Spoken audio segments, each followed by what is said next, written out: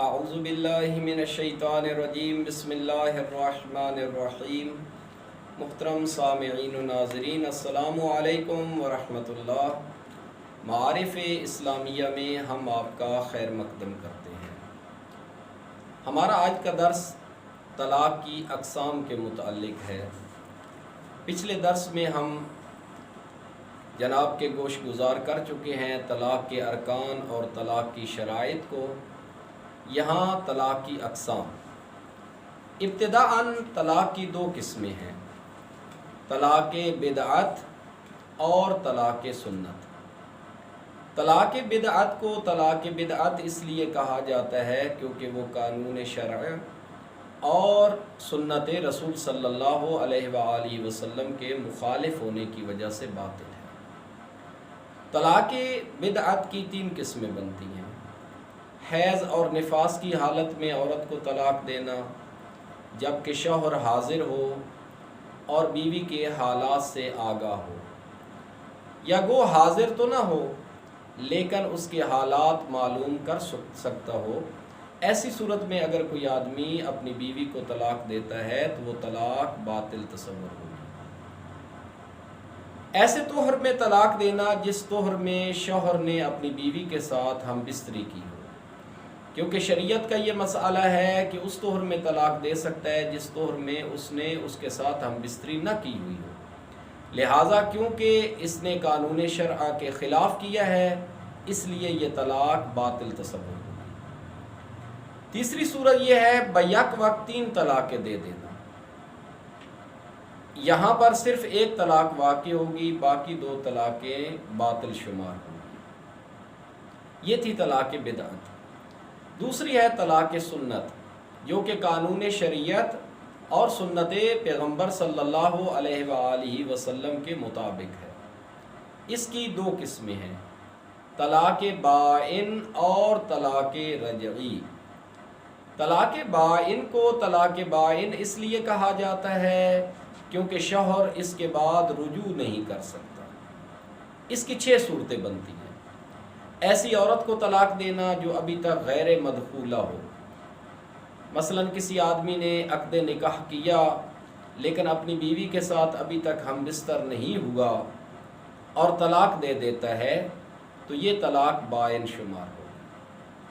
یا ایسا عورت کی طلاق، ایسی عورت کو طلاق دینا اگر وہ کرشیہ ہے تو 60 سال کی ہو یا 60 سال کی عمر سے اوپر ہو، اگر غیر کرشیہ ہے تو 50 سال کی یا 50 سال کی عمر سے اوپر ہو۔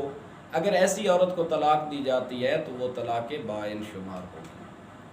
کسی آدمی کی بیوی صغیر السن ہو، نابالغ بچی ہو، اگر وہ اسے بالفرض عقد النکاح کرتا ہے اور اسے طلاق دے دیتا ہے تو یہ طلاق بائن شمار ہوگی۔ خلا والی طلاق، مبارات والی طلاق، ہم انشاءاللہ آنے والے درسوں میں خلا اور مبارات کی مکمل تفصیل بیان کریں گے۔ اسی طرح وہ عورت جس کو قانون شرع کے مطابق 3 طلاقیں دی جا چکی ہوں اور ان میں 2 مرتبہ رجوع ہو چکا ہو، اب تیسری طلاق واقع ہوتی جائے گی تو یہ طلاق بائن شمار ہوگی۔ یہ تھی 6 صورتیں طلاق بائن کی۔ طلاق رجعی، طلاق رجعی کو طلاق رجعی اس لیے کہتے ہیں کیونکہ اس میں شوہر کو رجوع کرنے کا اختیار حاصل ہے کہ وہ عدت کے دوران رجوع کر سکتے ہیں۔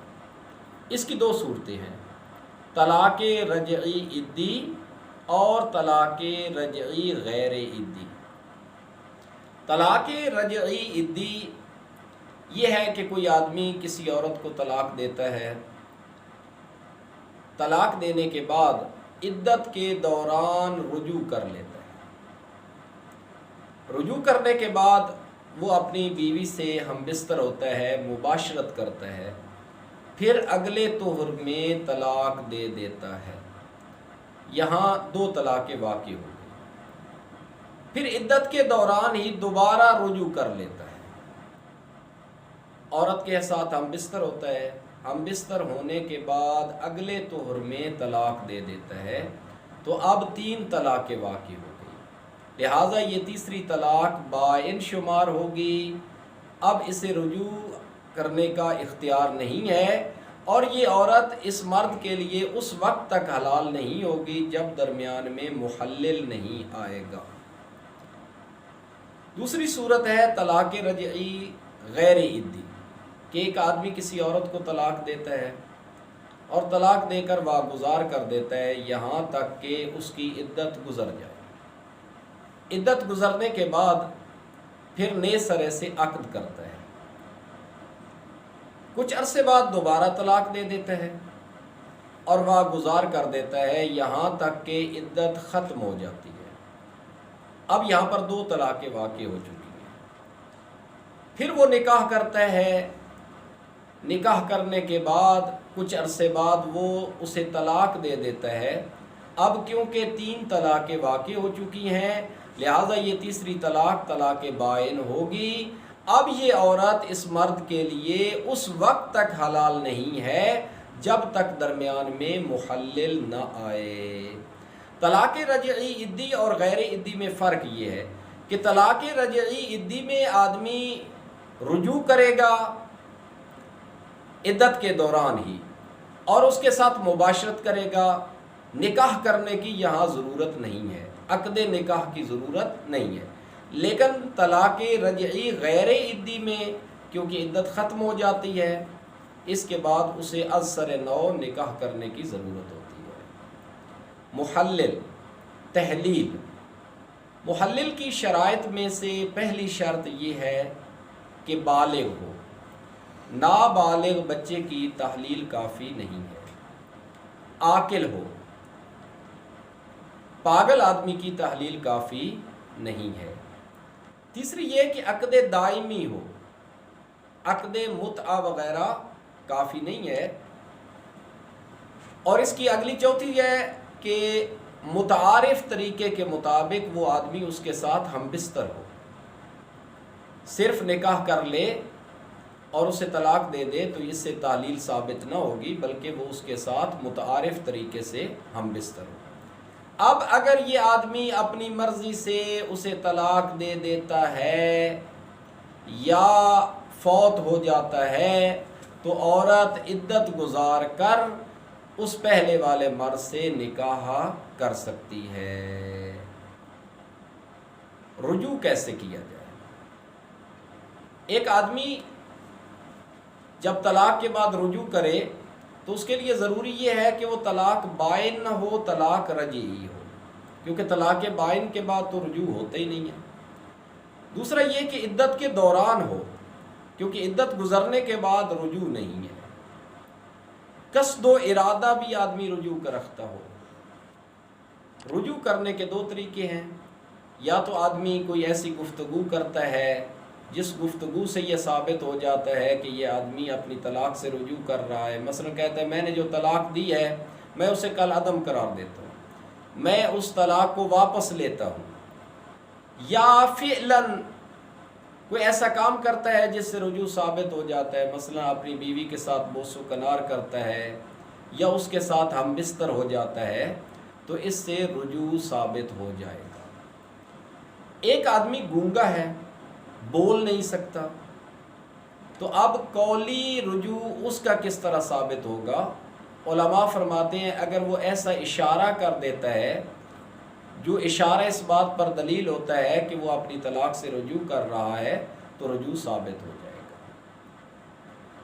دوسرا یہ کہ ایک آدمی نے طلاق سے رجوع کر لیا تو ضروری نہیں ہے کہ وہ عورت کو بھی اطلاع دے کہ میں نے رجوع کر لیا ہے، میں نے اپنی طلاق کو اپنی گفتگو کے ذریعے کل عدم قرار دے دیا ہے، لیکن افضل یہ ہے کہ وہ اسے اطلاع دے۔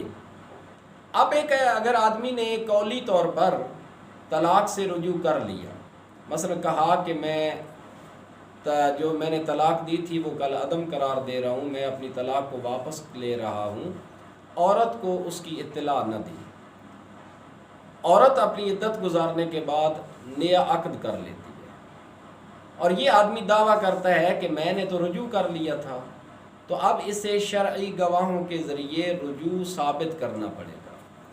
اگر رجوع ثابت کر لے گا تو عورت نے جو دوسرا نکاح کیا ہے وہ باطل تصور ہوگا اور یہ پہلے مرد کی بیوی شمار ہوگی۔ اور اگر یہ شرعی طریقے سے اپنا رجوع ثابت نہ کر سکا تو پھر وہ دوسرا نکاح ٹھیک ہوگا، اس کا نکاح کل عدم ہوگا، اس کا رجوع کل عدم ہوگا۔ رجوع کرنے میں گواہوں کا مقرر کرنا ضروری نہیں ہے۔ ہاں، علماء اعلام فرماتے ہیں کہ مستحب یہ ہے کہ گواہ مقرر کیے جائیں تاکہ بعد میں فتنہ فساد کھڑا نہ ہو جائے۔ السلام علیکم۔